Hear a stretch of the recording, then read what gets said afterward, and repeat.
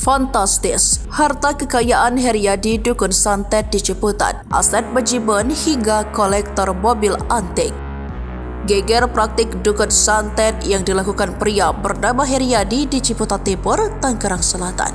Polisi telah menangkap Heriadi di Kampung Sawah, Ciputat Timur, Tangerang Selatan, Banten pada Minggu 3 Maret 2024. Selama ini jalani profesi sebagai dukun santet, kini harta kekayaan Heriadi pun terbongkar.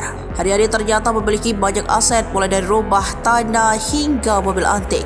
Praktik dukun santet Heriadi pertama kali terbongkar oleh warga setempat. Mereka mengetahui adanya praktik tersebut langsung dari istri pertama Heriadi.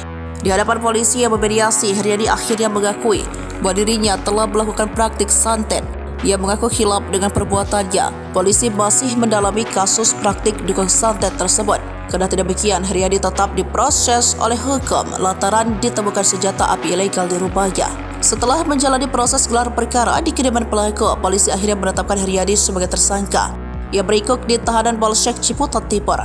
Tak hanya menemukan senjata api di rumah Heriadi, polisi juga menemukan barang bukti yang janggal. Polisi menemukan banyak foto yang dicoret warna merah serta berlubang-lubang kecil. Bahkan dari beberapa foto itu masih tertancap jarum. Menurut pengakuan warga setempat Aad, ia melihat kondisi foto wajah orang yang ditusuk bagian matanya.